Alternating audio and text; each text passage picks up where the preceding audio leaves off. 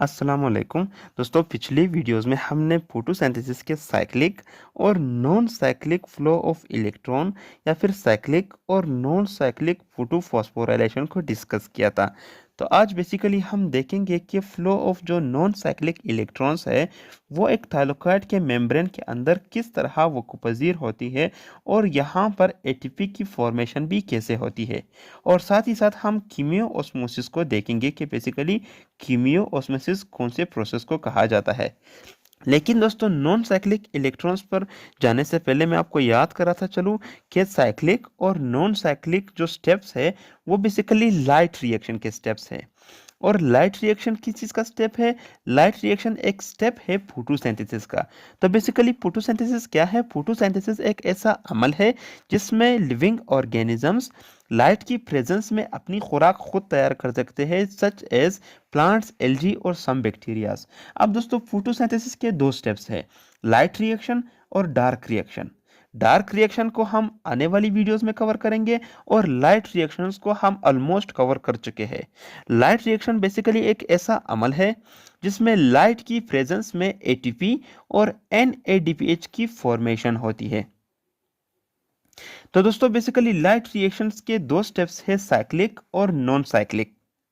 Cyclic में सिर्फ और सिर्फ एटीपी की प्रोडक्शन होती है और जो नॉन साइक्लिक है दोस्तों, नॉन साइक्लिक में एटीपी भी प्रोड्यूस होती है, एनएडीपीएच की प्रोडक्शन भी होती है और साथ ही साथ वाटर के मॉलिक्यूल्स को तोड़कर ऑक्सीजन भी रिलीज किया जाता है इन्वायरमेंट में, जिसे हम इनहेल करते हैं। तो ये सब हम पिछली वीडियोस में कवर कर चुके हैं। आज हम बेसिकली देखेंगे कि जो flow of non cyclic electrons है वो एक मेम्ब्रेन के अंदर, थाइलाकोइड के मेम्ब्रेन के अंदर किस तरह होती है और यहाँ पर एटीपी की फॉर्मेशन कहाँ पर होती है। तो आइए देखते हैं।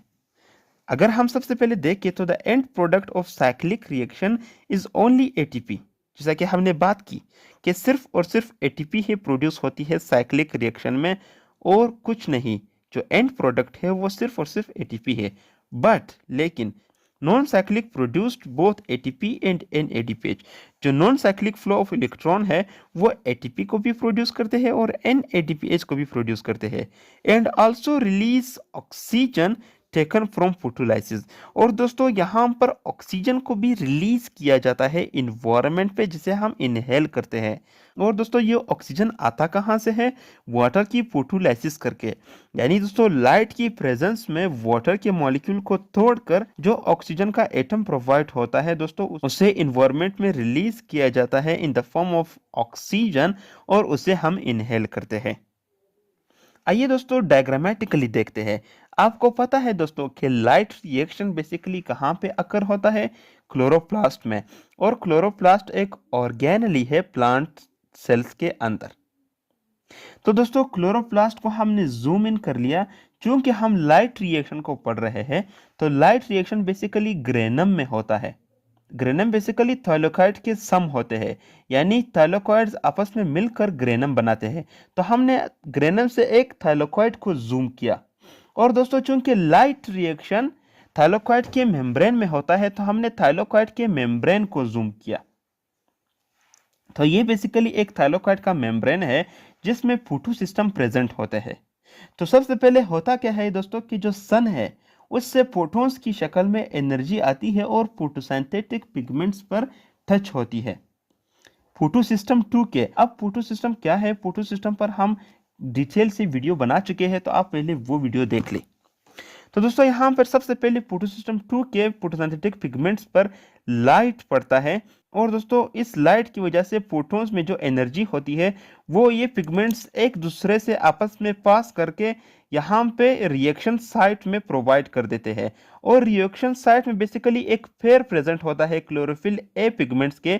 तो ये पेयर इनिशिएट हो जाता है और इसके इलेक्ट्रॉन्स इनिशिएट हो जाते हैं। इसके इलेक्ट्रॉन्स यहाँ से निकल कर जो क्लोरोफिल पिगमेंट से निकल कर यहाँ पे प्राइमरी इलेक्ट्रॉन एक्सेप्टर में चले जाते हैं। और दोस्तों, आमतौर पे आपको पता है कि जो इलेक्ट्रॉन्स है वो ऊपर जाके अपनी एनर्जी रिलीज करके वापस डाउन अपनी जगह पर आ जाते हैं। लेकिन दोस्तों, फोटोसिंथेसिस के केस में ऐसा नहीं होता, बल्कि जो इलेक्ट्रॉन्स एक्साइट हुए हैं वो प्राइमरी इलेक्ट्रॉन एक्सेप्टर में जाकर यहाँ पर कुछ प्रोटीन्स होते हैं, उन प्रोटीन से गुजरते हैं दोस्तों। सबसे पहले दोस्तों प्राइमरी इलेक्ट्रॉन एक्सेप्टर्स इन इलेक्ट्रॉन्स जो एक्साइटेड इलेक्ट्रॉन्स है उनको दोस्तों प्लास्टोक्विनोन प्रोटीन्स के पास ले आते हैं, और फिर दोस्तों प्लास्टोक्विनोन से ये होकर साइटोक्रोम के पास आते हैं, और दोस्तों साइटोक्रोम से गुजरकर प्लास्टोसायनिन के पास आते हैं, और प्लास्टोसायनिन से ये दोबारा गुजरकर किसके पास जाते हैं दोस्तों? फोटोसिस्टम 1 के पास। अब दोस्तों यहाँ पे जो इलेक्ट्रॉन्स निकले थे तो यहाँ पे ये क्लोरोफिल के जो पेयर्स है वो तो पॉजिटिव हो गए, क्योंकि यहाँ से 2 इलेक्ट्रॉन लूज हुए हैं। तो इस गैप को कंप्लीट करने के लिए, इस गैप को फिल करने के लिए यहाँ पे वाटर की फोटोलाइसिस होती है, वाटर को तोड़ा जाता है लाइट की प्रेजेंस में, लाइट की मौजूदगी में। तो वाटर को तोड़कर एक atom of oxygen, 2 hydrogen ions और साथ ही साथ 2 इलेक्ट्रॉन्स बनाए जाते हैं। क्योंकि हाइड्रोजन आयंस बन रहे हैं तो यहाँ पे इलेक्ट्रॉन्स को, जो 2 इलेक्ट्रॉन्स है वो ट्रांसफर किए जाते हैं, और जो क्लोरोफिल में इलेक्ट्रॉन्स की कमी थी, जो क्लोरोफिल में गैप आया था इलेक्ट्रॉन्स की कमी की वजह से, उसे फिल किया जाता है ताकि दोबारा से ये रिएक्शन रन हो सके। और जो ऑक्सीजन एटम है उसे दूसरे ऑक्सीजन एटम के साथ मिलाकर इन्वायरमेंट में रिलीज किया जाता है। और hydrogen ions basically inside the thylakoid present होती है। इनसाइड ऑफ थाइलाकोइड को ल्यूमन, जबकि आउटसाइड ऑफ थाइलाकोइड को स्ट्रोमा कहा जाता है। अब दोस्तों जब ये एक्साइटेड इलेक्ट्रॉन्स इन प्रोटीन से गुजरेंगी तो ये प्रोटीन्स और यहाँ पे मौजूद कुछ एंजाइम्स इस एक्साइटेड इलेक्ट्रॉन्स के एनर्जी को यूज करके, यूटिलाइज करके हाइड्रोजन आयंस को इनसाइड द थाइलाकोइड लाएंगे, यानी अगेंस्ट द कंसंट्रेशन ग्रेडियंट। क्योंकि पहले से यहाँ पे हाइड्रोजन आयंस की तादाद ज्यादा है तो यहाँ से मजीद इन्वायरमेंट से हाइड्रोजन आयंस को इनसाइड लाया जाएगा। और दोस्तों जो इलेक्ट्रॉन्स है वो फोटो सिस्टम 1 के पास पहुंच जाते हैं। यहाँ दोबारा से फोटो सिस्टम 1 पर एनर्जी पड़ती है, और यहाँ पे जो क्लोरोफिल पेयर थे वो एक्साइट होकर दोबारा से 2 इलेक्ट्रॉन लूज करती है। और दोस्तों यहाँ पे जो इलेक्ट्रॉन्स है वो प्राइमरी इलेक्ट्रॉन एक्सेप्टर पर दोबारा से पहुंच जाते हैं। और दोस्तों यहाँ से निकलकर जो 2 एक्साइटेड इलेक्ट्रॉन्स थे वो NADP प्लस और हाइड्रोजन आयंस के साथ मिलकर NADPH प्लस H को प्रोड्यूस करते हैं। और दोस्तों यहाँ पे जो गैप आया है वो दोस्तों जो पहले से फोटो सिस्टम 2 से एक्साइटेड इलेक्ट्रॉन्स आ रहे थे वो इलेक्ट्रॉन्स इस गैप को कंप्लीट कर लेते हैं, इस गैप को फुल कर लेते हैं। अब दोस्तों यहाँ पे दोबारा से जो 2 इलेक्ट्रॉन एक्साइट हुए थे वो NADP और H2 के साथ मिलकर NADPH प्लस H को बनाते हैं। दोस्तों ये जो NADPH की फॉर्मेशन है ये बेसिकली एक एंजाइम NADPH रिडक्टेज की मौजूदगी में होता है। अब दोस्तों चूंकि यहाँ पे NADPH तो प्रोड्यूस हो गया था, हमने कहा कि दोस्तों जो नॉन साइक्लिक फ्लो है उसका प्रोडक्ट क्या है? ATP और NADPH, और साथ ही साथ ऑक्सीजन को रिलीज किया जाता है। तो यहाँ पे ऑक्सीजन भी रिलीज हुआ वाटर की फोटोलाइसिस में, और दोस्तों NADPH की प्रोडक्शन भी हुई, लेकिन अब तक ATP की फॉर्मेशन नहीं हुई। तो चूंकि दोस्तों यहाँ पे वाटर से भी हाइड्रोजन आयंस मिले थे और मजीद आयंस को इनटेक किया गया था जब ये एक्साइटेड इलेक्ट्रॉन गुजर रहे थे इन प्रोटीन से, तो इनसाइड जो है हायर कंसेंट्रेशन हुआ आयंस की। तो अब दोस्तों यहाँ से जो हायर कंसेंट्रेशन है आयंस की वो डाउन द कंसेंट्रेशन ग्रेडियंट जाएंगी ताकि जो आयंस है उनकी मकदार लेवल हो सके। तो इसी को क्यूमियोओस्मोसिस कहा जाता है। बेसिकली क्यूमियोओस्मोसिस क्या है? Movement of ions across the membrane down the chemical gradient, यानी दोस्तों जब आयंस मूवमेंट करेंगे अक्रॉस द मेम्ब्रेन, और दोस्तों कौन सी मूवमेंट होगी? डाउन द ग्रेडियंट मूवमेंट होगी।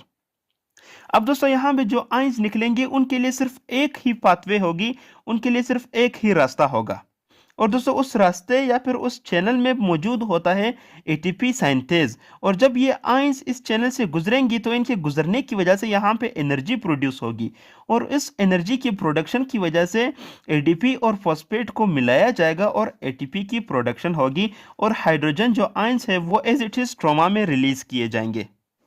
The ATP and NADPH is then transported to Kelvin cycle। अब दोस्तों जो यहाँ पे ATP की फॉर्मेशन हुई है और जो NADPH की फॉर्मेशन हुई है ये दोनों मॉलिक्यूल्स पर मजीद ट्रांसपोर्ट किए जाएंगे केल्विन साइकिल में, जिसे डार्क रिएक्शन कहा जाता है, जो कि फोटोसिंथेसिस का दूसरा स्टेप है।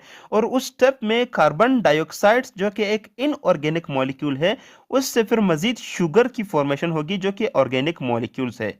और उसमें यही एटीपी और एनएडीपीएच यूटिलाइज होंगी, मदद करेंगे। तो दोस्तों बेसिकली आपको इस डायग्राम से क्लियरली अंदाजा हो गया होगा कि जो non cyclic flow of electron है उसमें एनएडीपीएच कैसे प्रोड्यूस होता है, उसमें एटीपी कैसे प्रोड्यूस होती है, और साथ ही साथ जो वाटर का फोटोलाइसिस है वो कैसे वोकूपजीर होता है। तो ये थी हमारी आज की वीडियो। उम्मीद करता हूं कि आपको वीडियो अच्छी लगी होगी। कोई भी सवाल हो, कैसा भी सवाल हो दोस्तों, आप मुझसे पूछ सकते हैं बस एक कमेंट करके। मिलते हैं अपनी अगली आने वाली वीडियो में, तब तक के लिए दोस्तों अल्लाह हाफिज। अब दोस्तों अगर आप नोट्स बनाने के लिए स्क्रीनशॉट लेना चाहते हैं तो आप स्क्रीनशॉट ले सकते हैं।